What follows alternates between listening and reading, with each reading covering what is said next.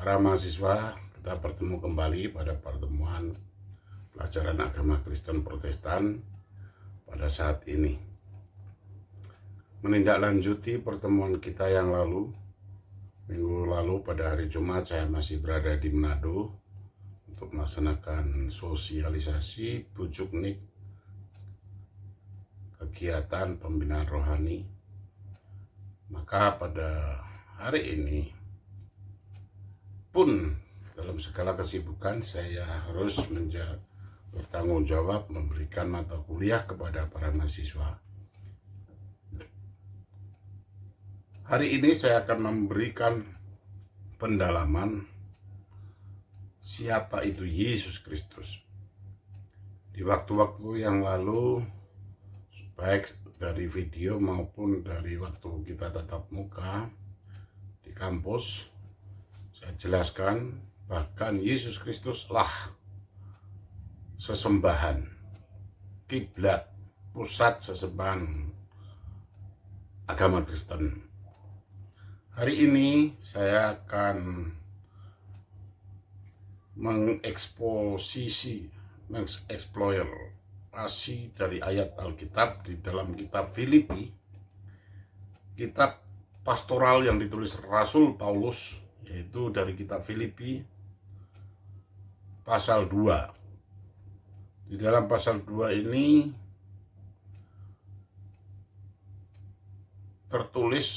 dituliskan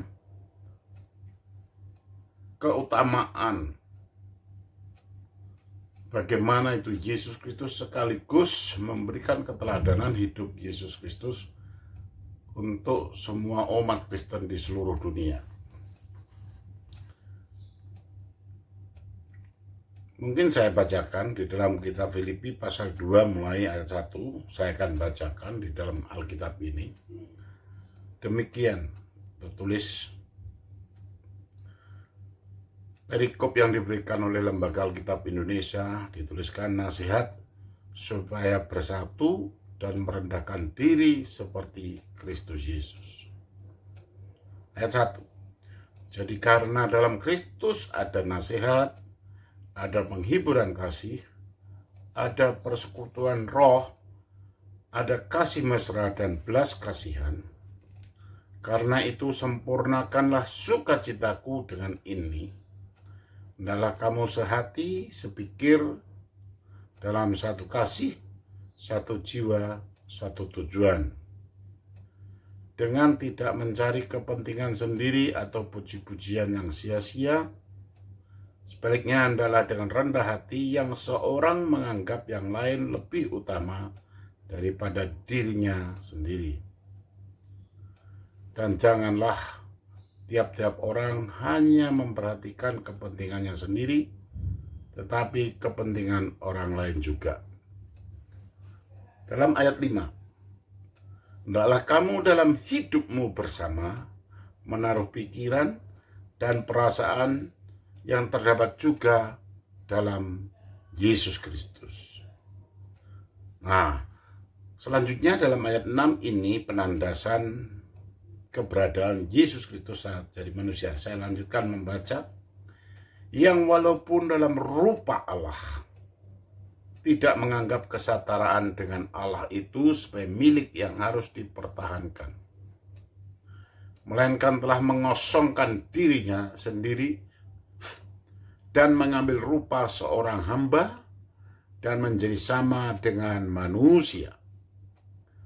Dan dalam keadaan sebagai manusia, ia telah merendahkan dirinya dan taat sampai mati, bahkan sampai mati di kayu salib. Itulah sebabnya Allah sangat meninggikan dia dan mengaruniakan kepadanya nama di atas segala nama, supaya dalam nama Yesus bertekuk lutut segala yang ada di langit dan yang ada di atas bumi dan yang ada di bawah bumi.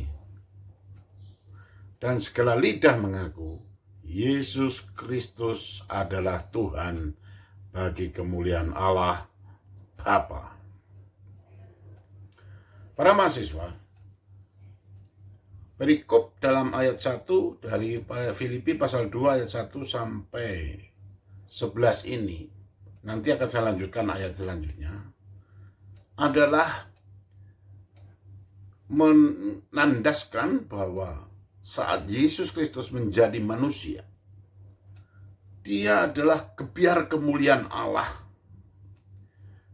Allah itu adalah roh, zat roh adanya, tetapi dia telah menjadi manusia, bentuk manusia. Dia tidak menganggap kesetaraan sebagai kealahan yang dipertahankan. Untuk membuktikan bahwa Yesus Kristus benar-benar telah pernah menjadi manusia. Bisa saja sebenarnya dia mempertahankan, aku Allah. Tetapi memang Yesus sama seperti kita manusia, hanya dia tidak berbuat dosa. Ibrani 4 ayat 15.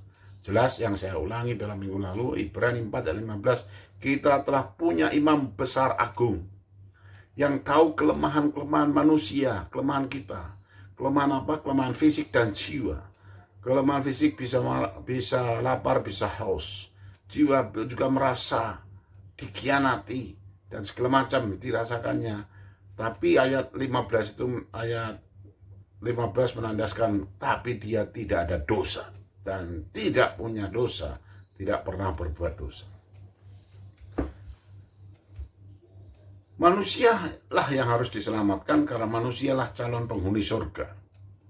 Bukan hewan, bukan tumbuhan. Hewan dan tumbuhan hanya perlu untuk manusia selama hidup, untuk konsumsi kehidupan. Tapi manusia yang pernah nenek moyang kita jatuh dalam dosa, ini yang harus direformasi, diampuni, dipulihkan kembali oleh Allah.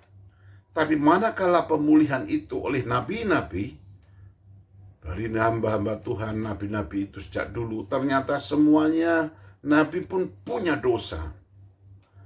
Memang betul tata acara ibadah yang diperintahkan Allah melalui hambanya Nabi Musa pun ternyata itu adalah seremonial ritual sebagai gambaran, yaitu manakala suruh waktu bertobat memotong hewan, darahnya di wadah, lalu setelah berdoa syafaat dipercikan.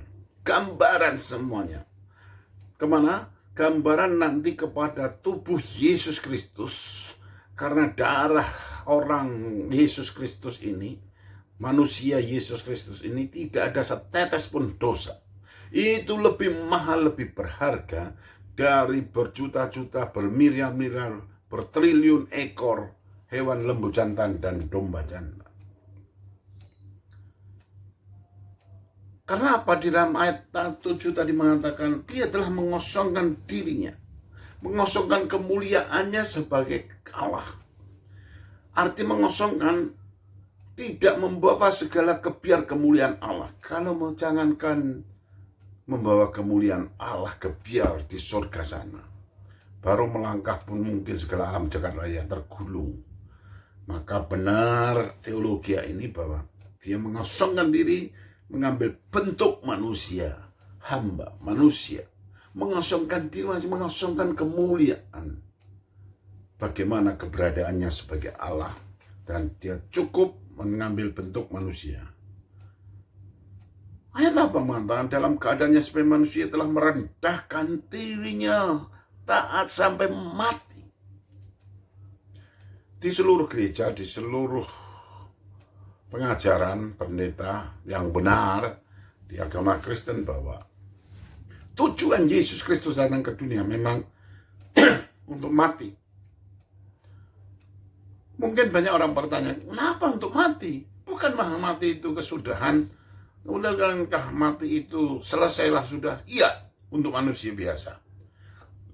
Tapi kematian ini adalah di mana menanggung segala beban dosa seluruh manusia yang percaya kepada dia. Karena kematian manusia yang tak ada satu tetes, satu titik dosa manusia Yesus Kristus ini. Dia taat sampai mati. Maka layaklah dia besar namanya, dipermuliakan di sorga dan di bumi, bahkan di bawah bumi. Kelak Bahkan sekarang semua lidah akan mengaku, semua lutut akan bertelut mengaku Yesus Kristus adalah Tuhan. Pernyataan mulut, lidah bahwa Yesus Kristus adalah Tuhan itu adalah memuliakan Allah.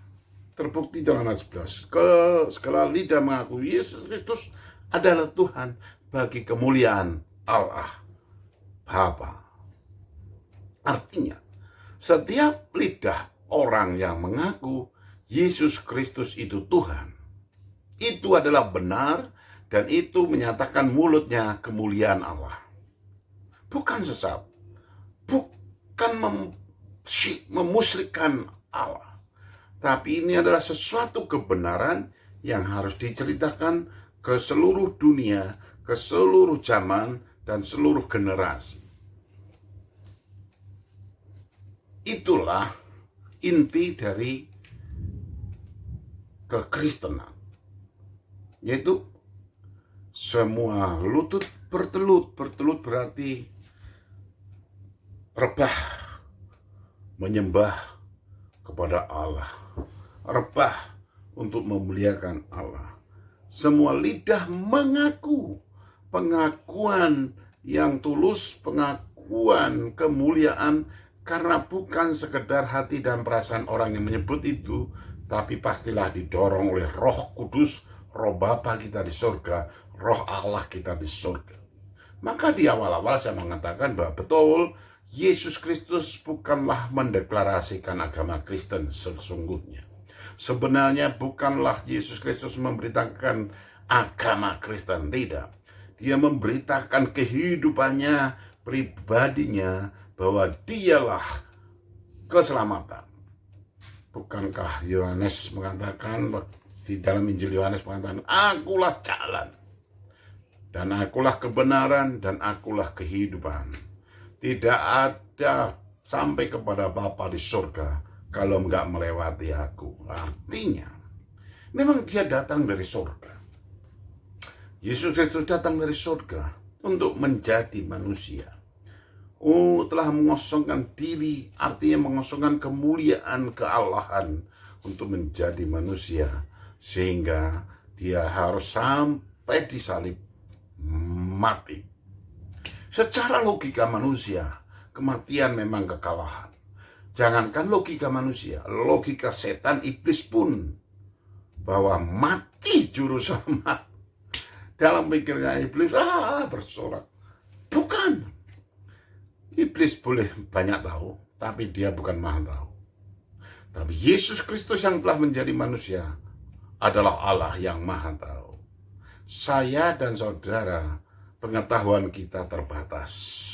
Tapi imanmu kepada Tuhan, Juru Selamat, Allah yang maha besar, akan iman itu menembusi segala pengetahuan. Akan melewati segala pengetahuan. Akal budi.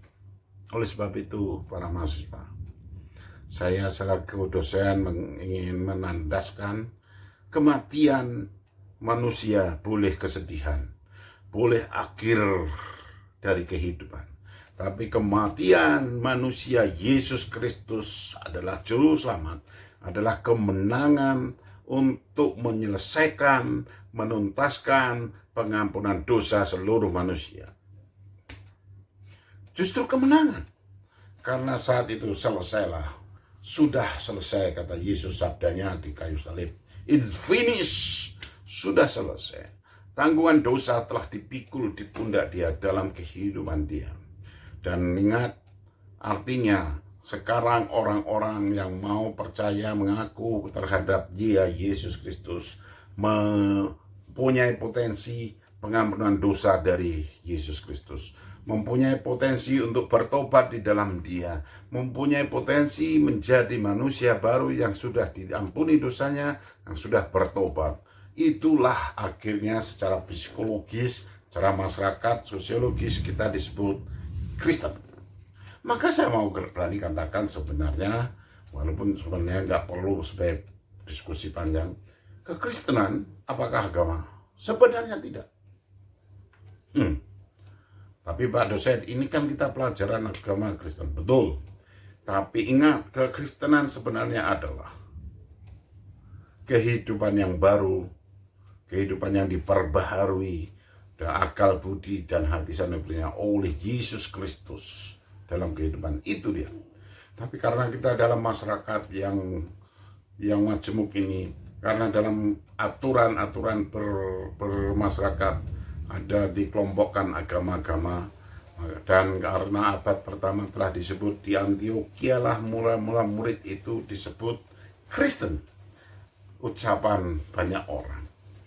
Saudara, dosen, para mahasiswa yang Kristen, jangan kecil hati bahwa walaupun awal-awal kekristenan adalah sebagai ejekan menyebut pengikut Kristus, tapi sesungguhnya kekristenan adalah betul pengikut Kristus dan meneladani cara hidup Yesus Kristus dalam cara berpikir dan berperasaan.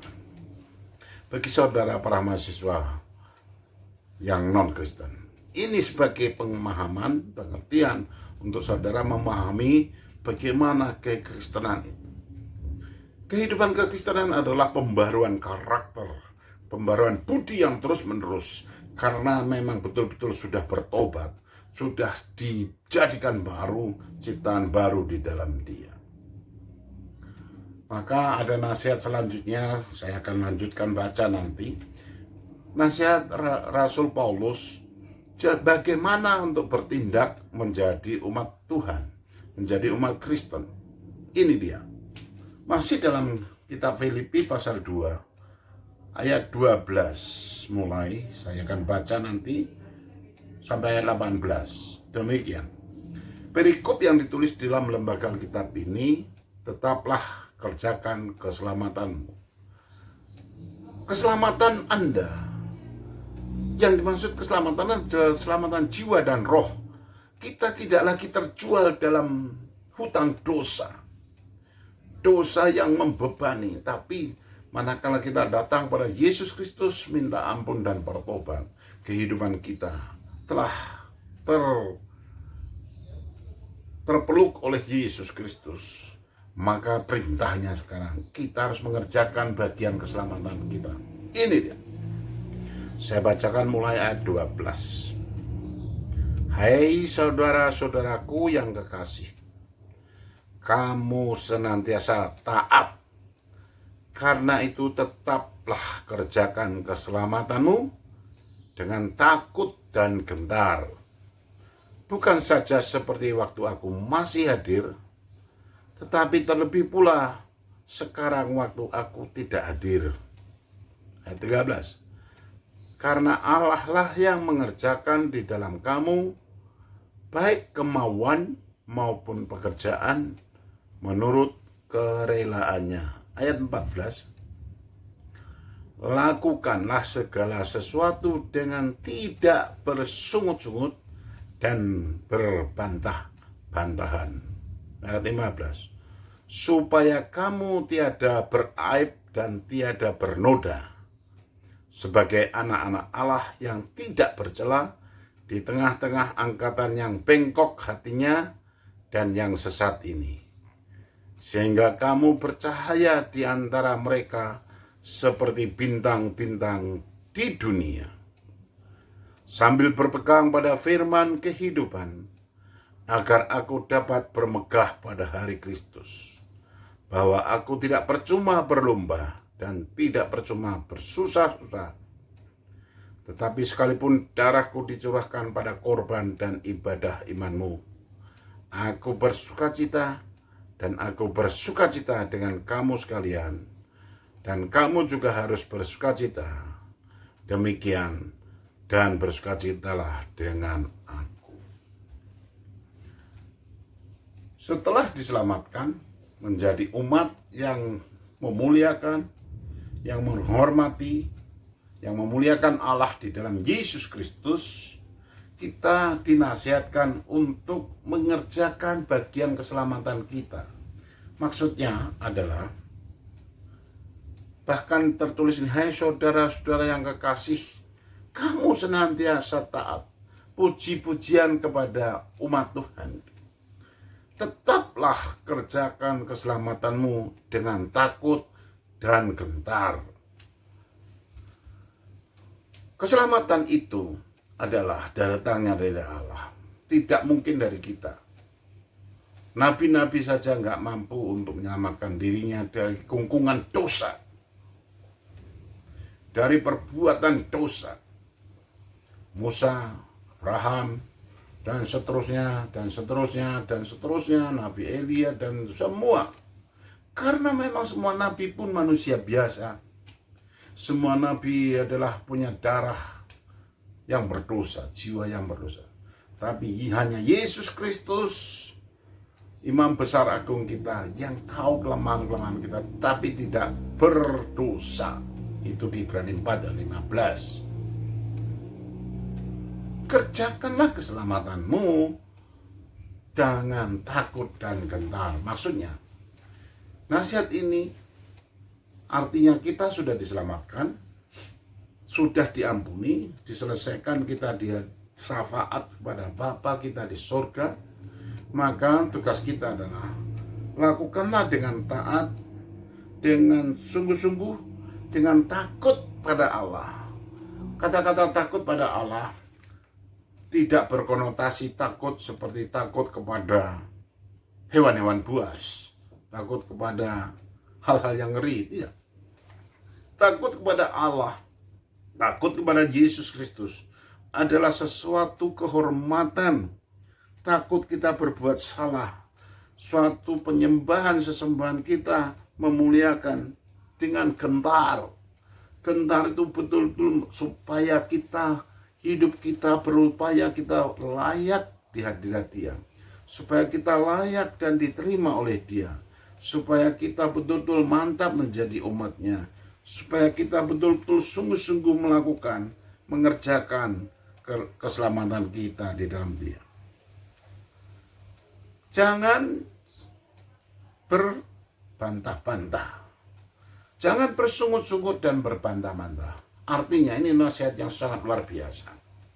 Mengerjakan hal-hal keselamatan artinya kerjakan hal-hal yang penuh kebajikan, hal-hal yang baik dengan takut dan gentar, bahkan tidak dengan bersungut-sungut dan berbantah-bantah. Artinya, untuk melihat seorang yang Kristen sungguh-sungguh, lihat karakternya. Apakah betul dia layak menjadi umat Tuhan Yesus Kristus? Lihat karakternya. Apakah dia suka berbantah-bantah, bersungut-sungut, ngomel, tidak puas? Ya, perlu dipertanyakan. Barangkali betul dia Kristen, tapi barangkali pikiran dan hatinya tidak klop dengan Roh Kudus untuk diperbaharui, untuk terus intim dengan Tuhan, untuk bersekutu dengan Tuhan, datang kepada Tuhan untuk selalu hidupnya diperbaharui. Karena ada nasihat mengatakan, biarkanlah keselamatanmu untuk lakukan dengan sukarela dan jangan bersungut-sungut dan berbantah-bantah. Artinya, supaya kita bisa melakukan segala yang baik, tidak dengan bersungut-sungut dan berbantah-bantah. Ayat 15, supaya kita tidak bernoda sebagai anak Allah, tidak bercela. Arti kata-kata tidak bernoda, tidak bercela bukan sekedar noda kotor dari dapur, noda dari tanah, tapi karakter kita tidak bernoda dan tidak bercela karena suatu kerusakan kegiatan kehidupan, gara-gara mulut kita bersungut-sungut, gara-gara berbantahan. Itu semua menunjukkan orang yang tidak rendah hati, menunjukkan tidak puas kepada apa yang Tuhan berikan. Bertobatlah, saudara. Itu penandasan saya terhadap kita ke agama Kristen. Maka nasihat-nasihat ini sungguh ajaib, supaya kita tidak beraib dan supaya kita cemerlang, tidak beraib dan tidak bernoda. Bahkan dia dalam ayat ini mengatakan supaya kita cemerlang, supaya hati kita tidak bengkok, sehingga kita bercahaya di antara mereka dan seperti bintang-bintang di dunia. Bayangkan, hiperbola bahasa. Gambaran itu diberi gambaran kepada iman pun seseorang. Supaya kalian bercahaya terang benderang di dunia. Apakah muka kita kayak lampu? Bukan. Tapi karakter, cara berpikir dan perasaan kita menunjukkan karakter Kristus Yesus, sehingga kita akan dikenal bercahaya terang benderang di dalam dunia yang saat ini marak dengan segala kejahatan, marak dengan segala keaiban, marak dengan segala kemurtatan, marak dengan segala murka karena kenajisan-kenajisan yang dilakukan. Oleh sebab itu, dalam ayat 16 bahkan dinasihatkan sambil berpegang pada firman kehidupan. Jelas sekali nasihat ini. Sambil berpegang pada firman kehidupan, agar kita bermegah pada hari Kristus. Tidak percuma kita berlomba, dan tidak percuma kita susah-susah. Susah-susah apa? Bersusah-susah. Kehidupan mempertahankan kehidupan yang suci, karakter yang baik, tidak bersungut-sungut, dan tidak berbantah-bantahan, itu bersusah-susah. Iya, kodrat asli manusia cenderung untuk berbuat negatif, cenderung untuk suka sungut-sungut, suka berbantah-bantahan, suka mengutamakan egoisnya. Tapi nasihat Alkitab, nasihat firman Tuhan, supaya kita mengerjakan keselamatan kita dengan takut dan gentar pada Allah, dan tidak berbantah-bantah, tidak bersungut-sungut, supaya kita bercahaya terang benderang di dunia. Karena memang nasihat firman Tuhan tadi ditandaskan sambil berpegang pada firman kehidupan, firman Tuhan, agar kita dapat bermegah pada hari Kristus, bahwa tidak percuma kita berlomba, tidak percuma bersusah-susah. Sungguh, untuk mempertahankan hidup bersih, untuk mempertahankan hidup suci, mempertahankan karakter Yesus Kristus dalam hidup kita, itu susah. Perlu perjuangan, perlu untuk bagaimana support jiwa kita membuktikan karakter kita layak di hadirat Tuhan. Karena kita dengan takut dan gentar mempertahankan kehidupan kita meneladani Yesus Kristus. Dalam ayat 5 dari Filipi pasal 2 mengatakan, biarlah kamu cara berpikirmu dan berperasaanmu seperti Yesus Kristus.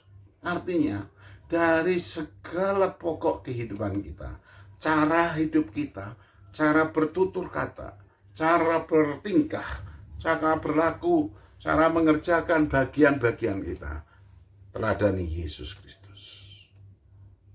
Yesus Kristus yang mana? Yang saat jadi manusia. Sekarang Yesus Kristus di mana? Dia ada di surga sekarang untuk menyiapkan tempat bagi saya dan saudara. Dia adalah Allah yang pernah mengosongkan kealahannya untuk menjadi manusia. Kemuliaan kealahannya. Ini hebat. Itulah yang dimaksud kekristenan yang sesungguh-sungguhnya. Bahkan saya mau jelaskan, saat jadi manusia, dia beda dengan manusia. Nabi-nabi sekalipun, nabi ada dosa, nabi ada salah. Dari Ibrani pasal 4 dan 15 mengatakan, dia adalah imam besar agung kita.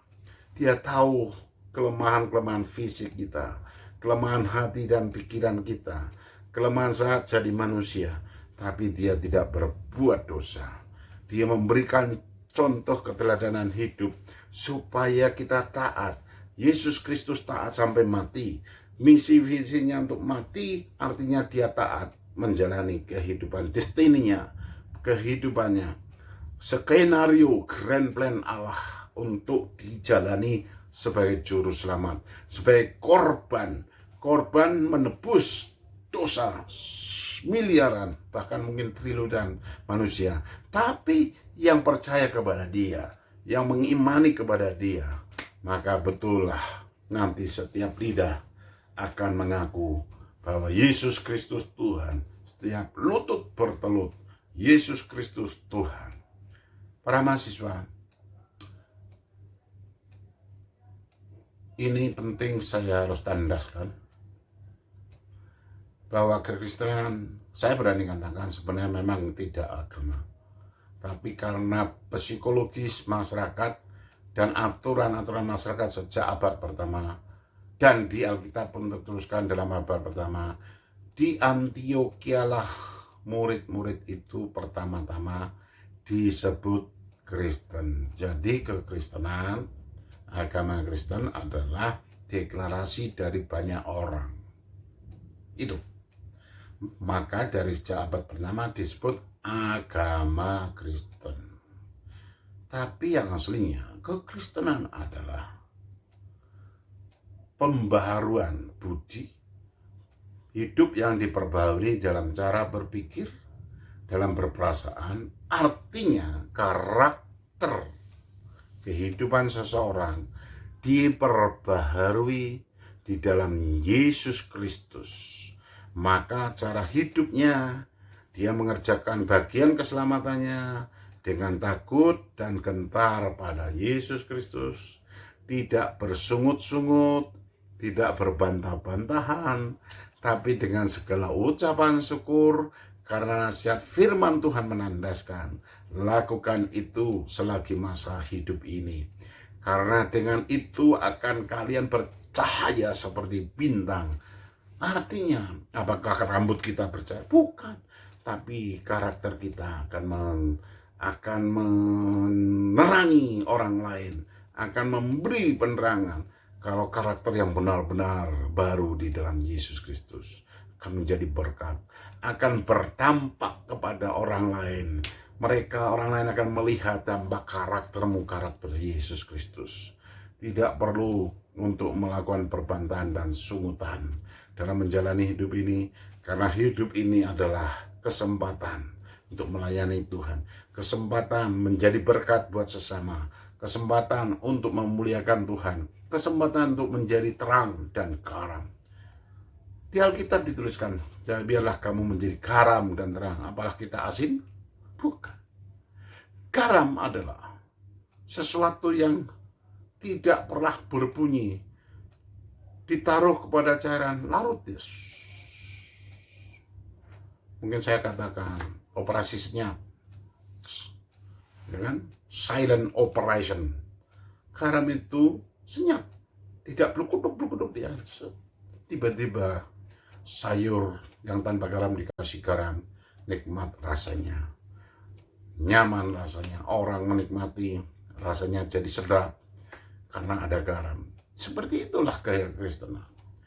Jadi terang, bukan lampu ditaruh di kepala kita, tapi artinya terhidup ini terang, bukan gelap akibat perbuatan dosa, bukan gelap karena kenajisan dosa, bukan gelap lagi pikiran gelap, mata gelap dan segala macam angkara murka, tetapi terang benderang akan berdampak kepada sesama dalam keluarga, sesama dengan lingkungan teman, sama dengan lingkungan kantor, sesama semua merasakan orang ini tidak bersungut-sungut dan tidak berbantah-bantahan. Orang ini memang karakternya sedang meneladani Yesus Kristus. Yesus Kristus Tuhan yang telah mengosongkan kemuliaan kealahannya, telah menjadi manusia. Dia hidup untuk saya dan untuk saudara. Saudara, percayalah, jadikan dia sebagai keteladanan hidupmu. Minggu lalu saya sudah jelaskan, dia adalah sesembahan kita, poros kiblat kita untuk menyembah.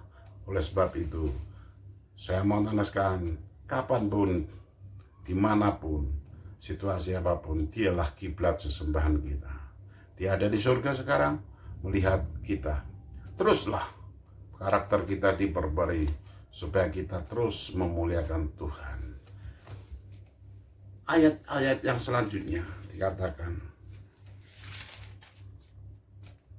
kalau di dalam pasal-pasal yang akan berlanjut, pasal 3, pasal 3 di perikop yang tulis lembaga Alkitab, kebenaran yang sejati, nasihat-nasihat kepada jemaat, artinya Setelah saya terangkan tadi dalam pasal 2 untuk bagaimana kita meneladani cara berpikir dan berperasaannya Yesus, karena siapa Yesus? Dia adalah Allah yang telah mengosongkan kemuliaan kealahannya, telah menjadi manusia untuk mati, untuk menjadi juru selamat.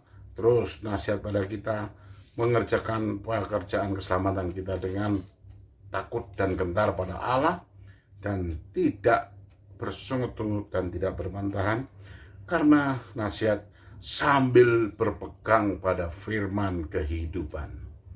Sambil kita terus dari ayat Alkitab kita baca terus, dari sinilah kita tahu bagaimana firman itu akan mendarah daging dalam hidup kita. Kalau bahasa tentaranya in mind, yang kita praktekkan dalam kehidupan kita, maka kita hidup rohani kita bertumbuh, dan kita tahu bahwa kita terus menjalaninya, sehingga kita tahu nanti kebenaran yang sejati. Nasihat-nasihat kepada jemaat itu nasihat pribadi-pribadi juga kepada kita. Oleh sebab itu, saya terus menandaskan bahwa kehidupan kekristenan dibuktikan dengan karakter yang betul-betul meneladani Yesus Kristus. Tuhan Yesus memberkati. Untuk pertemuan kuliah hari ini, saya cukup sekian. Kiranya dengan menonton dan mendengarkan sungguh-sungguh sampai tuntas, mahasiswa dapat mengambil sarinya, core dari apa nasihat firman Tuhan Alkitab ini, dan intinya bahwa keselamatan telah dikerjakan, keselamatan jiwa dan roh kita telah dikerjakan oleh Yesus Kristus Tuhan kita. Selamat belajar. Tuhan Yesus Kristus memberkatimu. Amin.